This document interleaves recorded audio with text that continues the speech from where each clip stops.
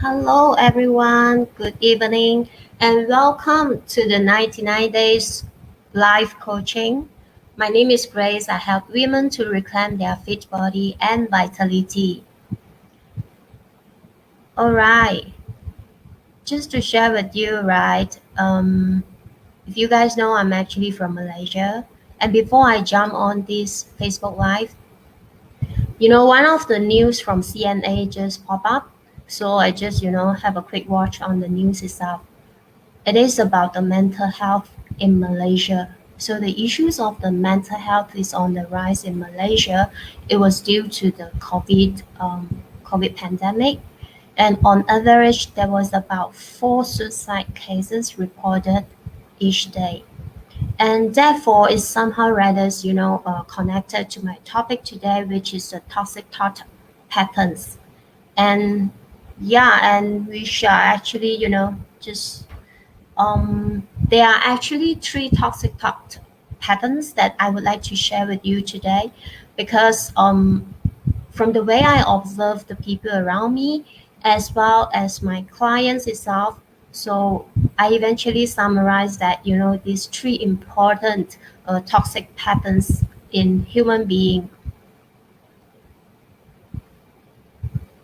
So the first one is all or nothing. All, all or nothing thinking is one of the most common toxic thinking most of us have. So in this state of mind, we split the world into polar opposite. So it's win or lose, pass or fail, sink or swim. So what I have in mind is that, when you think of sinking or swimming, why don't we think about, diving?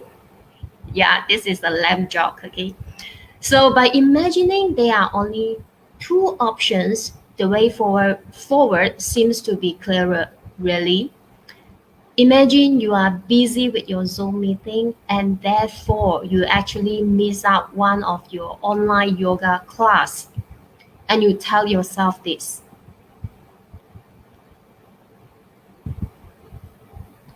I missed a workout. How could I be so bad in time management? I'm such a failure. And these words and phrases are powerful.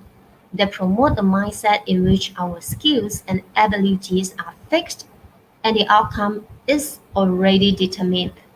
So I talk about this kind of thought pattern in episode 1. You may want to go back and watch it. When it comes to tackling important problems or trying new things, this attitude can be your downfall. If you already decided that you will never be able to do it, why would you be bothering continuing to try? So all or nothing thinking is often habitual, which means that changing it can take a little bit of time. So go easy with yourself as you're trying to challenge this thinking trap. You will be rewarded for this effort by cultivating be kind to yourself, less punishing relationship with yourself, which in turn will make you more mentally resilient. So let's move on to the second one. This is one of the most favorite or the common one. Human, we love to actually slapping on labels on the things itself.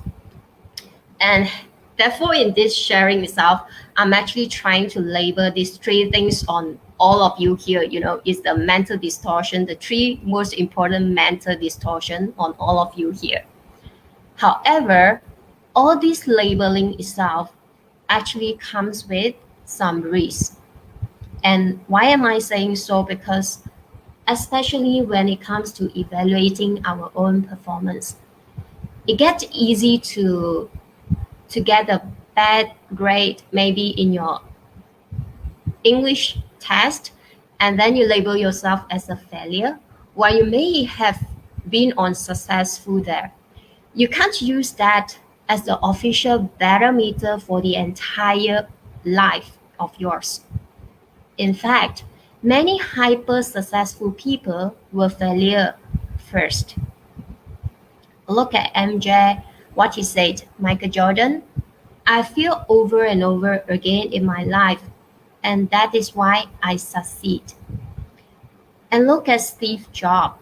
Steve Jobs got fired from Apple and then he made a comeback to create the iPhone.